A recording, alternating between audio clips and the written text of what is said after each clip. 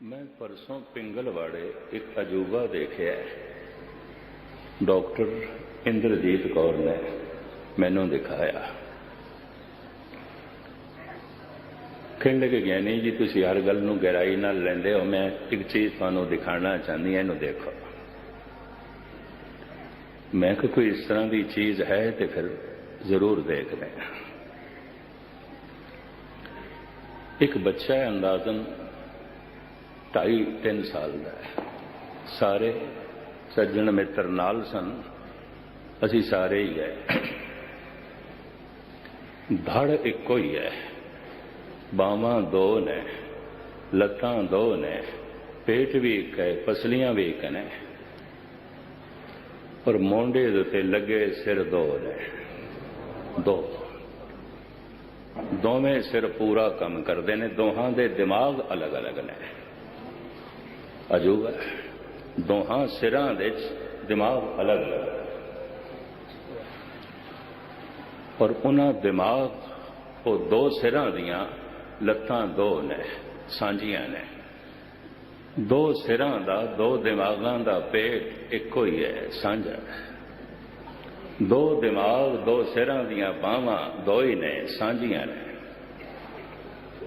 और आप सुन के हैरान होगे, 2 दिमाग 2 सिरां दा दिल एको ही है, सांझा।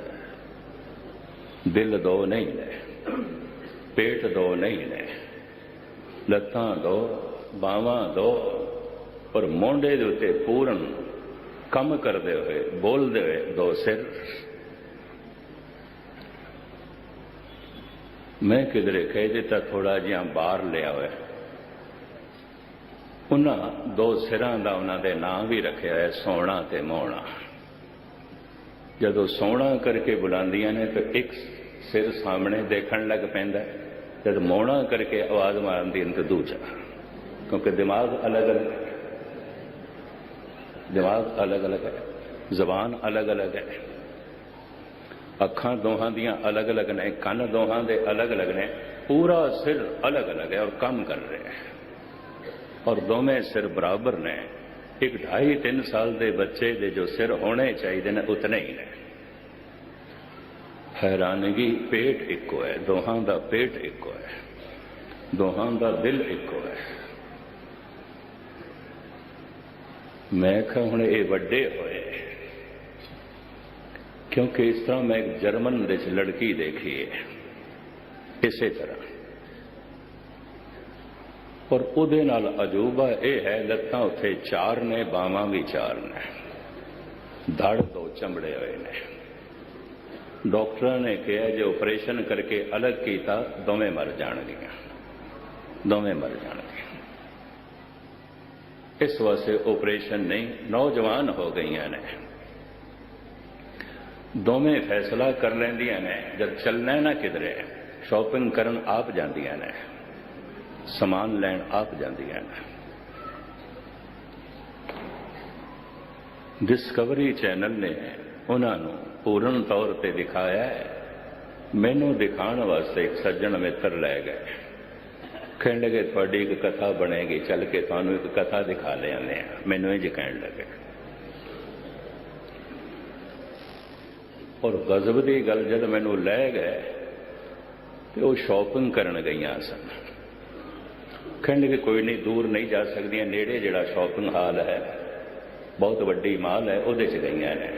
गए वो दोवें आपस में फैसला कर लैंदियां ना। जिसने अपने दोहां पैरां की वरतों करनी होवे ना, फिर दूजी अपने पैरां नूं उच्चा कर लैंदी है, और पूरा वजन एक नूं ढोना पैंदा है। क्यों? एक दा मूँह इस पासे, एक दा मूँह एक पासे, दोहां की पिठ जुड़ी हुई है। दिशावां विरोधी ने, दोहां दियां दिशावां विरोधी ने। तो दोवें पासे अगर वो चलना चाहन तो किवें चलणगे? एक सज्जे जावे, एक खब्बे। तो दोहां कोल दिमाग है, दोहां कोल अपना अपना दिल है, फैसला कर लैंदियां ने। मैं चलना है तो हुण तू पैर जरा जमीन तो उच्चे कर ले, मेरे 2 पैरां दे उत्ते तेरा वजन आ जाएगा, चल। इस तरह चलदियां ने। ਜਰਮਨ ਦੇ ਵਿੱਚ ਇਹ ਅਜੂਬਾ। ਪਰ ਇਹ ਦੱਸਿਆ ਡਾਕਟਰ ਇੰਦਰਜੀਤ ਕੌਰ ਨੇ, ਕਿਸੇ ਡਰਾਈਵਰ ਦਾ ਲੜਕਾ ਹੈ, ਦੋਵੇਂ ਲੜਕੇ ਹੀ ਨੇ, ਬੋਡੀ ਜੋ ਇੱਕੋ ਹੀ ਹੈ।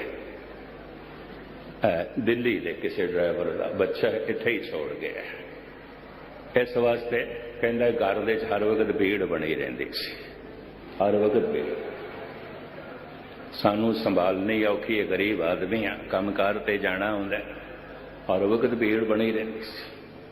ਦੇਖੀਏ ਧੜ ਇੱਕ ਹੈ, ਦਿਲ ਇੱਕ ਹੈ, ਪੈਰ ਦੋ ਨੇ, ਬਾਹਾਂ ਦੋ ਨੇ, ਪੂਰਾ ਸਰੀਰ ਇੱਕੋ ਹੈ, ਪਰ ਸਿਰ ਦੋ ਨੇ।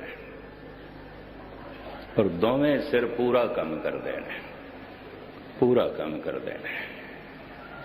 ਮੈਂ ਥੋੜਾ ਜਿਹਾ ਹੱਥ ਲਾਉਣ ਦੀ ਕੋਸ਼ਿਸ਼ ਕੀਤੀ, ਨਾਲ ਦੇ ਇੱਕ ਹੋਰ ਸੱਜਣ ਨੇ।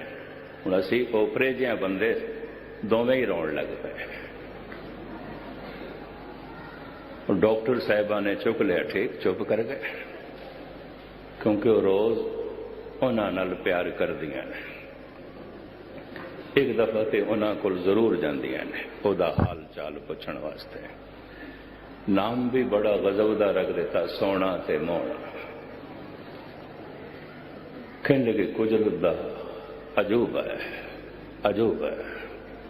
ਦਿਮਾਗ ਅਲੱਗ ਅਲੱਗ ਨੇ, ਤੇ ਹੁਣ ਇੱਕ ਦਿਮਾਗ ਨਾਲ ਕੁਝ ਫੈਸਲਾ ਕਰੇ, ਦੂਜਾ ਕੁਝ ਫੈਸਲਾ ਕਰੇ, ਇਹ ਕਿਵੇਂ ਗੱਲ ਹੋਏਗੀ? ਕਿਉਂਕਿ ਸਰੀਰ ਇੱਕੋ ਹੈ, ਬਾਹਾਂ ਦੋ ਨੇ, ਪੈਰ ਦੋ ਨੇ। ਕਦੀ ਕਦੀ ਪ੍ਰਕਿਰਤੀ 'ਚ ਅਜੂਬੇ ਆਉਂਦੇ ਨੇ, ਅਜੂਬੇ, ਗਜ਼ਬ ਦੇ ਕ੍ਰਿਸ਼ਮੇ ਹੁੰਦੇ ਨੇ। ਰਾਤ ਕਰਨਾਲ ਤੋਂ ਮੈਨੂੰ ਫੋਨ ਆਈ, ਚਲੋ ਮੈਂ ਇਸੇ ਤੁਹਾਡਾ ਟਾਈਮ ਨਾ ਜ਼ਾਇਆ ਕਰਾਂ। ਉਸ ਸੱਜਣ ਨੂੰ ਮੈਂ ਅਲਵਰ ਸਮਾਗਮ ਤੇ ਦੇਖਿਆ ਸੀ।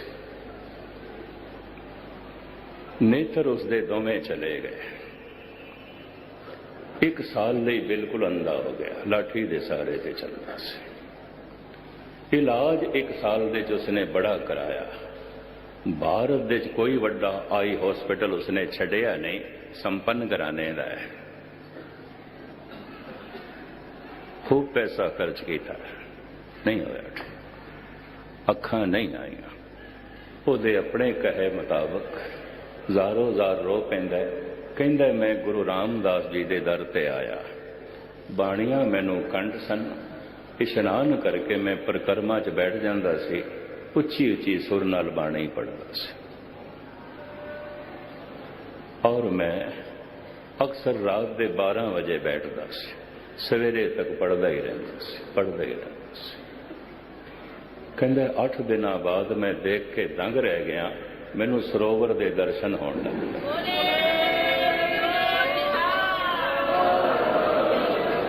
ਮੈਨੂੰ ਦਰਬਾਰ ਸਾਹਿਬ ਦੇ ਦਰਸ਼ਨ ਹੋਣ ਲੱਗ ਪਏ। ਰਾਤ ਨੂੰ ਉਸਨੇ ਫੋਨ ਮੈਨੂੰ ਜ਼ਰੂਰ ਕੀਤਾ ਸੀ, ਅਸੀਂ ਕਾਰ ਤੇ ਚੱਲ ਰਹੇ ਹਾਂ ਰਾਤ ਨੂੰ ਹੀ। ਮੈਂ ਕਿਹਾ ਅੱਛਾ, ਮੈਂ ਸਵੇਰੇ ਉਡੀਕ ਕਰਾਂਗਾ, ਸਿੱਧੇ ਆਪਣੇ ਕੋਲ ਹੀ ਆ ਜਾਣਾ। ਪਰ ਪਹੁੰਚੇ ਨਹੀਂ ਸਨ, ਸ਼ਾਇਦ ਸੰਗਤ ਵਿੱਚ ਬੈਠੇ ਹੁਣ ਆ ਗਏ ਤੇ ਕਹਿ ਨਹੀਂ ਸਕਦਾ, ਉੱਥੇ ਟਿਕਾਣੇ ਤੇ ਨਹੀਂ ਪਹੁੰਚੇ। ਇਸ ਤਰ੍ਹਾਂ ਦੇ ਕਰਿਸ਼ਮੇ ਕਦੀ ਕਦੀ ਨੇਚਰ ਦੇ ਵਿੱਚ, ਪ੍ਰਕਿਰਤੀ ਦੇ ਜੋ ਪ੍ਰਗਟ ਹੁੰਦੇ ਨੇ, ਕਰਤੇ ਪੁਰਖ ਦੀਆਂ ਵਡਿਆਈਆਂ। ਕਹਿਣਾ ਪੈਂਦਾ ਕੀ ਉਹਦੇ ਘਰ ਦੇ 'ਚ ਕੀ ਨਹੀਂ ਹੈ। ਘਰ ਤਾਂ ਤੇਰੇ ਸਭ ਕੁਝ ਹੈ, ਪਰ ਇੱਕ ਸ਼ਰਤ ਹੈ, ਜਿਸ ਦੇ, ਜਿਹਨੂੰ ਦੇ, ਜਿਸ ਦੇ ਸੋ ਪਾਵੇ। ਹੋਰ ਕੋਈ ਦੇਣ ਵਾਲਾ ਵੀ ਨਹੀਂ ਹੈ। ਦਾਤੇ ਦਾਤ ਰੱਖੀ ਹੱਥ ਆਪਣੇ, ਉਹਨੇ ਆਪਣੇ ਹੱਥ 'ਚ ਰੱਖੀ, ਮੈਂ ਹੀ ਵੰਡਾਂਗਾ, ਦੂਜਾ ਨਹੀਂ, ਦੂਜਾ ਨਹੀਂ, ਮੈਂ ਆਪਣੇ ਹੱਥਾਂ ਨਾਲ ਦਿਆਂਗਾ। ਤੇ ਜਦ ਉਸਨੇ ਆਪਣੇ ਹੱਥਾਂ ਨਾਲ ਦੇਣੀ ਹੈ ਤੇ ਇਹ ਕਹਿਣਾ ਫਲਾਣੇ ਬਾਬਿਆਂ ਕੋਲ ਇਹ ਲੱਭ ਪਿਆ, ਫਲਾਣੇ ਬਾਬਿਆਂ ਕੋਲ ਇਹ ਮਿਲ ਗਿਆ, ਇਸ ਤੋਂ ਵੱਡੀ ਹੋਰ ਕਿਹੜੀ ਅਗਿਆਨਤਾ ਹੋਵੇਗੀ। ਜਾਂ ਫਿਰ ਇਹਨਾਂ ਪੰਕਤੀਆਂ ਨੂੰ ਨਾ ਪੜੋ, ਹੋਰ ਪੰਕਤੀਆਂ ਵੀ ਤੁਹਾਨੂੰ ਸੁਣਾਵਾਂ ਗੁਰੂ ਨਾਨਕ ਦੇਵ ਜੀ ਮਹਾਰਾਜ ਦੀਆਂ। ਭਾਈ ਰੇ ਮਤ ਕੋਈ ਜਾਣੋ ਅਵਰ ਕਿਸੀ ਕੇ ਕਿਛ ਹਾਥ ਹੈ। ਬੜੇ ਧਿਆਨ ਨਾਲ ਸੁਣਨਾ। ਮਤਾਂ ਕਿਧਰੇ ਤੁਸੀਂ ਸਮਝੋ, ਕਿਸੇ ਹੋਰ ਦੇ ਹੱਥ ਦੇ 'ਚ ਵੀ ਕੁਛ ਹੈ। ਭਾਈ ਰੇ मत कोई जानो अवर किसी के किछ हाथ है, सब करे कराया। कोई करता है, कोई करता है, कोई कारण है, सब करे कराया। जरा मरा सिरत साप, जरा मरा ताप सिरत साप, सब हर के वस है, लाग सके ना बिन हर के लाया। जन्म मरण, कोई सराप, कोई दुख, कोई तकलीफ, कोई विपता, ये कोई किसी को नहीं ला सकता। उन्हें एक विधान बनाया है, उस विधान के मुताबिक ये सब कुछ उसे तो ही आता है।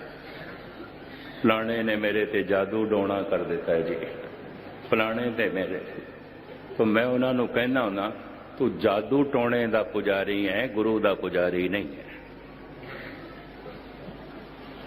तो जे जादू टोने ने तेरे ते कुछ कर दिता तो हुणा कोल जा, उत्थे ही फरियाद कर। फिर इत्थे आने का की मतलब है? कोई जादू टोना नहीं तेरे ते, कोई जादू टोना नहीं। सराप भी उदों लगता है, दुख भी उदों लगता है जब कर्मा अनुसार ऐसा माहौल बन जाता है, प्रभु माहौल बना देता है, मिलते ने दुख, मिलते ने दुख। ओदा बनाया है विधान है। अज ये फैसला कर लेना मेरे को दुख है, मेरे कर्मा तो बिना प्रभु ने मैनू नहीं दिता, और कोई मेरे ते जादू टोना नहीं कर सकता। पंक्तियां मैं फिर थानू सुना दें, जिंदगी भर चेते रखने। भाई रे, गुरु नानक देव जी महाराज दियां पहले पातशाह जी की ये वाक ने, भाई रे मत कोई जानो अवर किसी के किछ हाथ है, सब करे कराया। जरा मरा ताप सिरत साप, सब हर के वस है, लाग सके ना बिन हर के लाया। ओ मेरा बाबुल बहुत वड्डा है, बहुत वड्डा है, सर्वशक्तिमान है, वो करता भी है, वो कारण भी है, वो अपनी कृत दे च रमिया होया है, पूरे होया है, इस वास्ते समर्थ है। वो मेरा बाबुल महान है। हाँ जी। दुख पंजन तेरा नाम जी, दुख पंजन तेरा नाम।